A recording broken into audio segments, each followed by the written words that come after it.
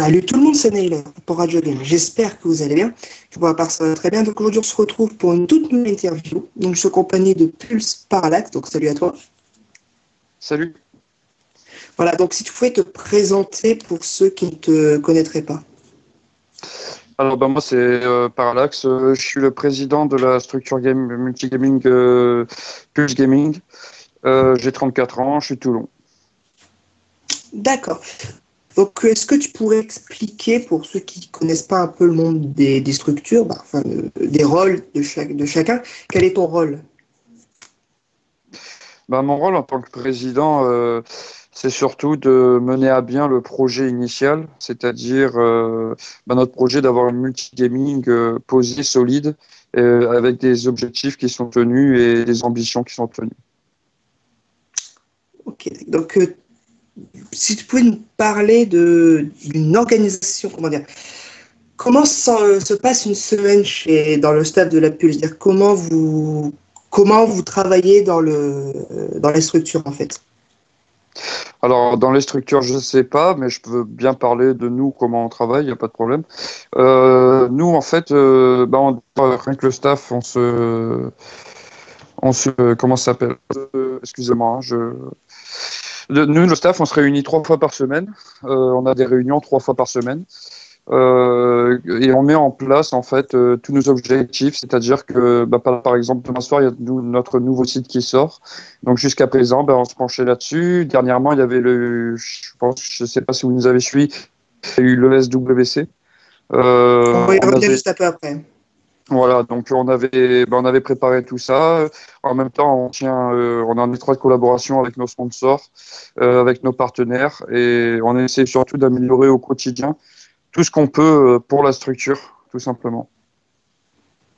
D'accord, donc tu as dit 3 fois par semaine, les réunions, à peu près combien de temps par réunion?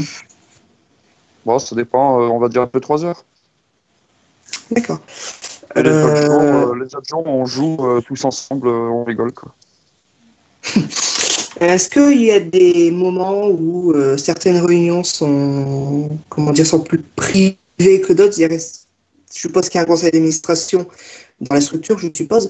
Est-ce que il y a des réunions où c'est beaucoup plus pour le conseil d'administration ou pour certaines personnes en particulier, ou c'est vraiment que des réunions pour tout le monde, tout le temps pour tout le monde, pour tout le staff, ou seulement pour ceux qui sont concernés en fait?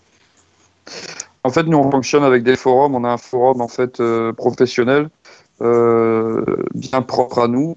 Et nous, on pose nos objectifs et après, on fixe nos réunions en fonction des objectifs avec les personnes concernées.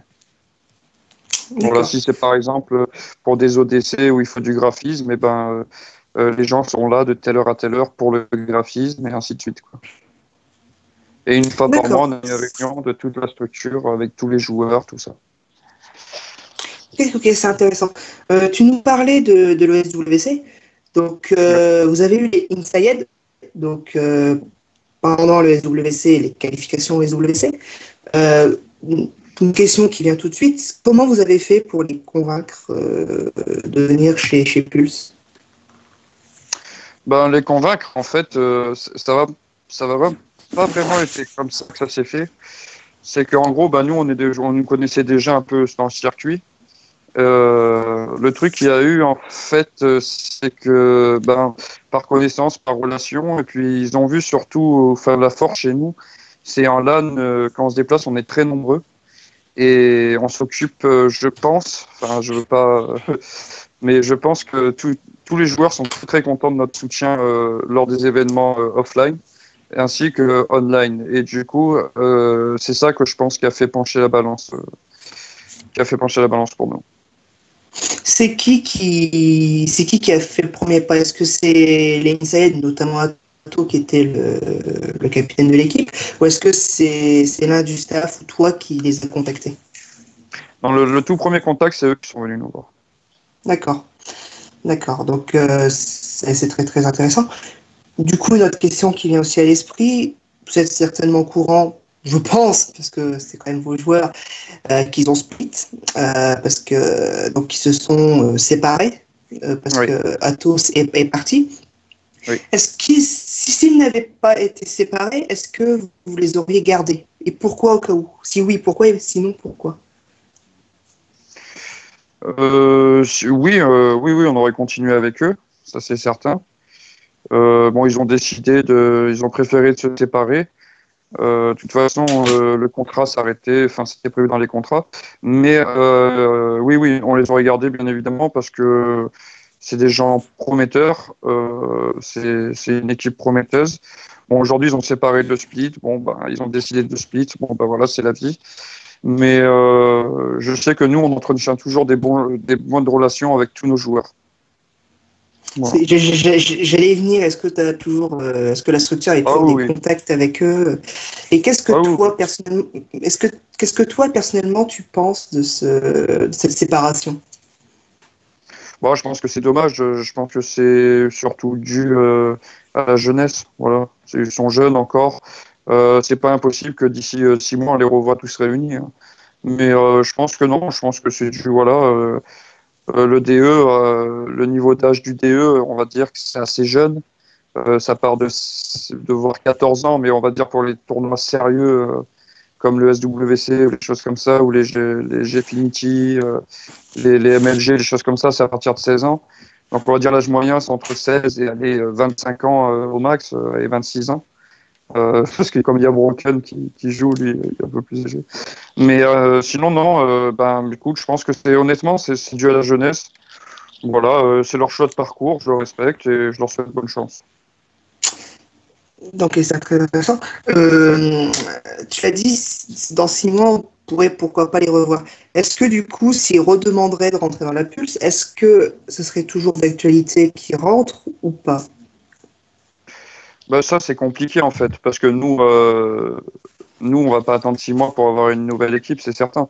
Mais après, il faut voir avec le temps, il faut voir comment ça évolue, selon les splits, les gens qui sont FA dans le futur. Voilà, il n'y a rien qui est impossible, hein. De toute façon, après, à partir du moment où on prend le circuit pro, c'est assez restreint. C'est-à-dire, il n'y a pas 2000 joueurs pro en France. Donc après, c'est pas impossible qu'on les reprenne. Nous, on n'a rien contre eux, loin de là. On est vraiment très très bien, en très bonne relation avec eux, comme je l'ai dit tout à l'heure. Et c'est pas pour autant. Après, ça dépend de la compo, ça dépend des objectifs, de tout ça, ça dépend de beaucoup de choses en fait. Mais si tous les critères correspondent, oui, pourquoi pas. Ok, on va revenir plutôt sur la Pulse en général, si tu le veux bien. Est-ce que Ouais. vous avez, au sein de la structure, des nouveaux projets en vue? Et si oui, lesquels? Si c'est pas trop confidentiel. Non, bah, je peux te parler de cela que tout le monde va voir cette semaine. Déjà, cette semaine, il y a notre nouveau site qui sort, pulsefg.com, qui va sortir demain soir à 21h. Ensuite, d'ici la fin, on va dire 10 jours, ça sera annoncé, je pense, samedi ou dimanche, il y a notre Web TV qui démarre, avec de gros streamers. Bon, ça, je préfère pas en parler parce qu'on est en train de signer les contrats, donc voilà, je préfère pas m'étendre là-dessus. Ensuite, voilà, je pense que déjà ces deux projets, je peux en parler. Après, le reste, on a le temps, il reste du temps encore. Je vais revenir sur un truc que tu parles. Tu utilises le terme contrat, c'est-à-dire comment ils sont faits en fait. Ces contrats, dire bon pas en détail réellement, mais Ouais. concrètement, comment c'est fait concrètement? Bah, concrètement, c'est une base d'accord entre les joueurs et le staff, que eux tirent autant d'avantages que nous, pour avancer et dans la confiance, quoi. Voilà. Il n'y a pas de document écrit officiel, quoi. Ah si, si, tout à fait, si. D'accord, il y a un document, d'accord. À partir du Euh, moment qu'on est une association sous loi 1901, on est obligé de faire tout officiellement. Il n'y a rien d'officieux, sinon ça n'a aucune valeur juridique. d'accord, d'accord. On va plutôt maintenant se pencher, parce que à l'heure où on fait cette interview, Call of Duty Advanced Warfare est sorti depuis une semaine. Je voulais Ouais. avoir ton avis sur ce jeu en général et après au niveau du DE et de la compétition en général. Alors, moi, je sais, enfin, j'ai eu la chance de le tester un peu avant pas mal de monde sur le SWC, tout ça. Et juste avant ça, j'étais un peu pas anti-AW, mais moi je joue depuis Code 4 et je trouvais ça un peu dommage de dénaturer le jeu avec par exemple le double jump qui rappelait vachement Halo ou Quake pour les plus anciens, enfin qui doivent connaître. Je trouvais ça un peu dommage de dénaturer complètement le jeu. Et quand j'y ai joué, honnêtement, j'ai adoré. J'ai retrouvé le dynamisme de Code 4 et je trouve que ce double jump, ça donne vraiment un skill monstre et une mouvance énorme dans le jeu en fait. Et ça, j'ai vraiment trouvé ça bien. Et je pense qu'avec le DE, enfin avec la compétition DE, la nouvelle saison qui approche là, je pense que ça va vraiment être sympa au point de vue dynamisme. Ça va être vraiment quelque chose de très très dynamique et je pense que ça va être vraiment du bon spectacle. Après, faut avoir les règles parce qu'il va y avoir de nouveaux patchs, tout ça. Je pense que les règles vont évoluer encore. Je trouve que mettre 4 modes de jeu dans le DE, je trouve ça un peu dommage, sachant que, enfin, c'est rare les fois où on va avoir que des BO5 dans les LAN.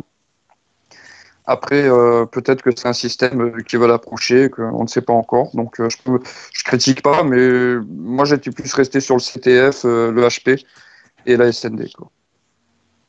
Je vais revenir sur ce que tu disais par rapport aux règles, par rapport aux quatre modes qu'il y a. Donc, pour ceux qui ne savent pas les règles qui sont sorties, donc il y a 4 modes. Pour l'instant, donc il y a le point stratégique, la recherche et destruction, la liaison et la capture du drapeau. Je ne l'ai pas mis dans l'ordre, mais voilà, à peu près les 4 modes. Ouais, c'est ça. Euh, du coup, moi j'ai eu des échos disant comme quoi il y aurait même possibilité de BO4. Donc ça voudrait dire qu'en LAN, le samedi, ça serait des systèmes de poules. Est-ce que toi, à la rigueur, en DE, parce qu'en ES, en e-sniping, ça se fait, les poules, est-ce que pour toi, en DE, est-ce que les poules, c'est une bonne idée ou pas? Si ça resterait en BO4, donc il y aurait forcément des poules, parce qu'il y aurait des matchs nuls, forcément. Est-ce que pour toi, le DE, est-ce que c'est nécessaire d'avoir des poules en DE ou pas?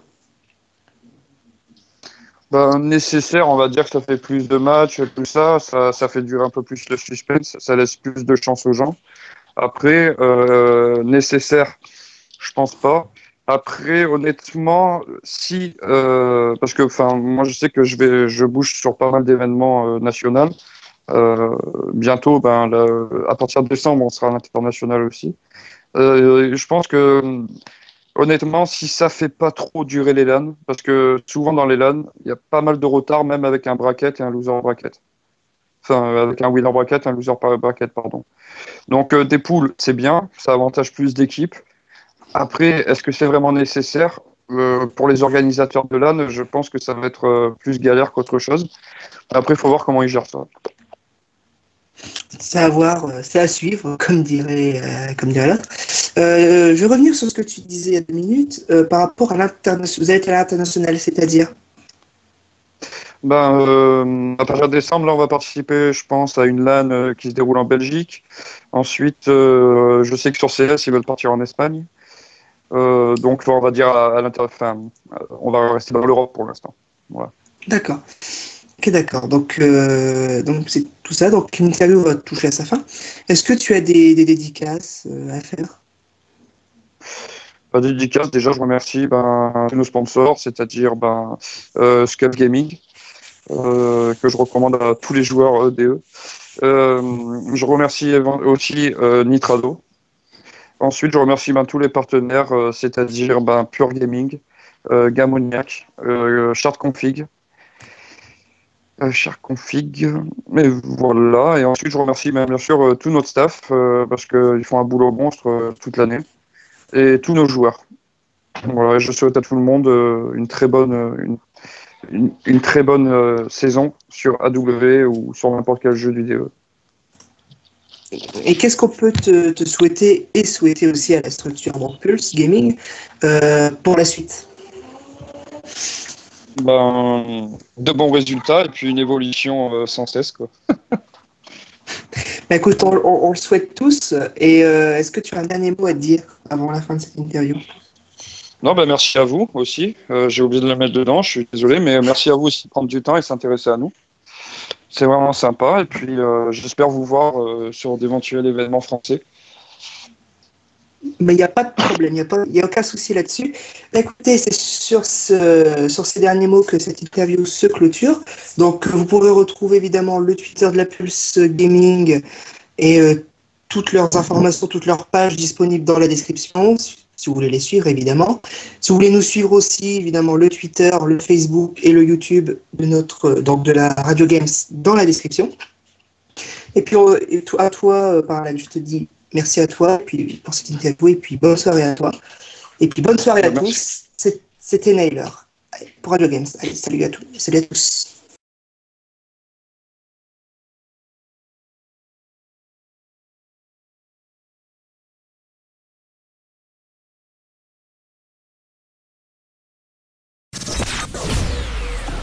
Vous écoutez Radio Gamer.